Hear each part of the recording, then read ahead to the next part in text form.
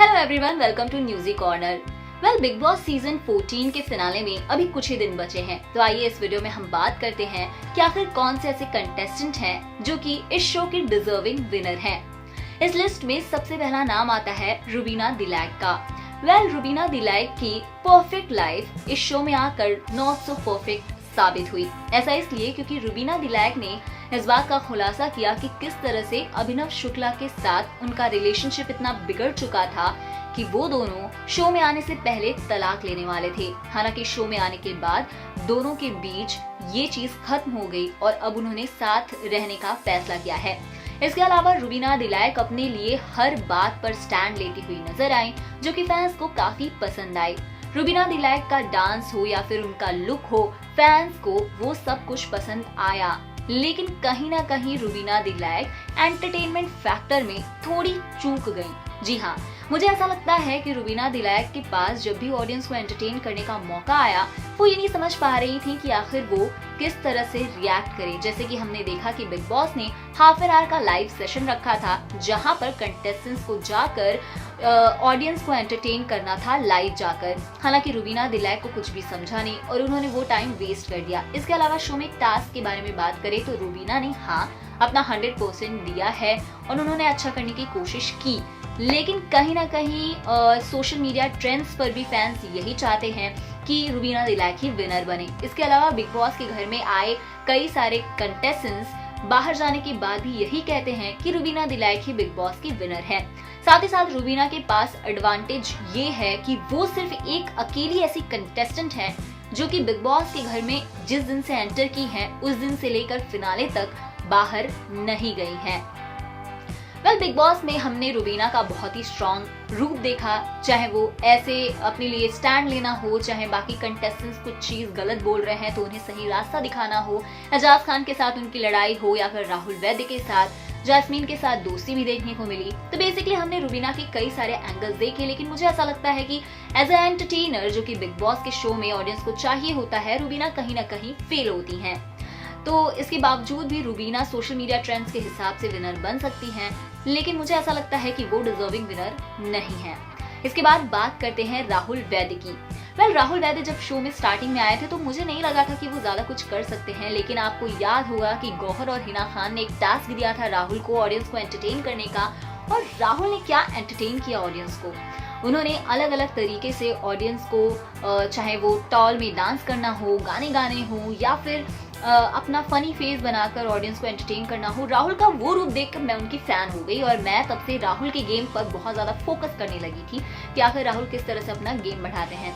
साथ ही साथ मैंने कहीं ना कहीं ऐसा ऑब्जर्व किया है कि राहुल वैद्य बिग बॉस के घर में अपने इमोशंस के साथ बिल्कुल भी नहीं खेले। चाहे उन्होंने जो दोस्ती की वो भी रियल ही थी, दुश्मनी की तो वो भी रियल ही थी। और हाँ, राहुल वैद्य कोई ऐसे कंटेस्टेंट नहीं लगे मुझे जो कि किसी के साथ भी बहुत हार्ड फीलिंग रखते हो। रुबीना दिलैक के साथ भले ही उनकी कितनी भी दुश्मनी हुई हो, लेकिन कहीं ना कहीं उन्होंने अपने जो शब्द हैं, अपने जिस तरह से झगड़े उन्होंने मैच्योरली कंडक्ट किए हैं, तो वो मुझे ऐसा लगता है कि कहीं ना कहीं बहुत मैच्योर पर्सनैलिटी निकल कर सामने आई है। और हाँ, सबसे बड़ी बात तो मुझे ये लगती है कि भले से राहुल वैद्य से अक्सर ये सवाल पूछा जाता है क्योंकि अली गुनी जो कि उनके बहुत खास दोस्त बन चुके हैं शो में, और रुबीना दिलैक जो कि शो में उनके सबसे बड़ी दुश्मन है, ऐसे में राहुल वैद्य से पूछा जाता है कि उन्हें क्या लगता है कि टॉप 2 में उनके साथ कौन होंगे, तो राहुल बिना सोचे बोलते हैं कि रुबीना दिलैक और वो काफी क्लोज हैं कि बिग बॉस में एक साथ सलमान खान के साथ हो और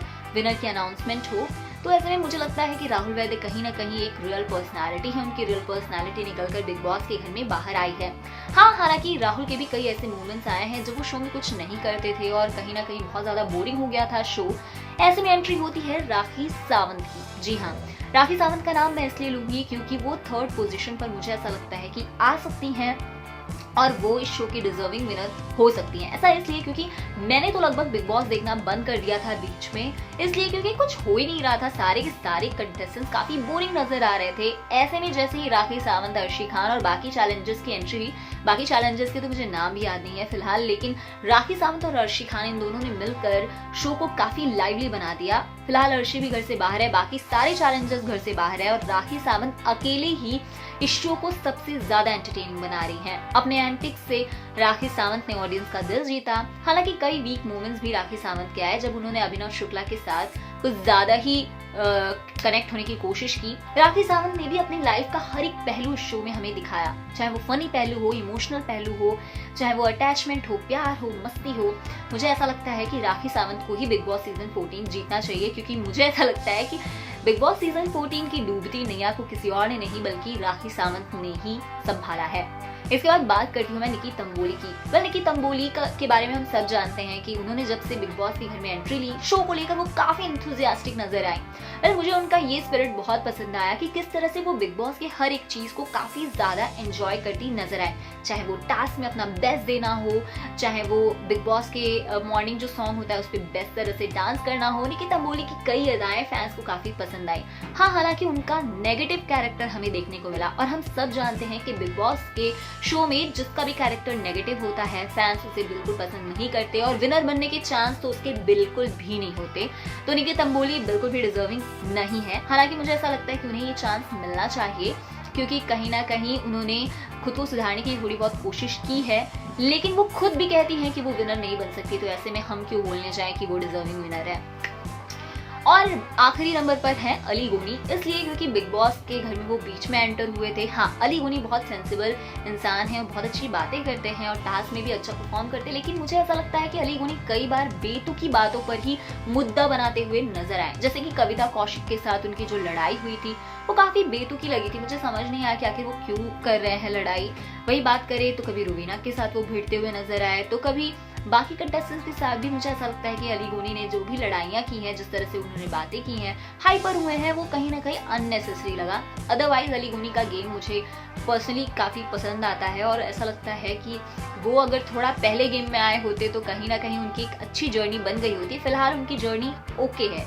सो फिलहाल मुझे ऐसा लगता है कि बिग बॉस के घर में डिजर्विंग विनर है राहुल वैद्य और राखी सावंत। आपको क्या लगता है? कमेंट्स के जरिए हमें जरूर बताइए और ऐसे ही अपडेट्स के लिए देखते रहिए म्यूजिक कॉर्नर।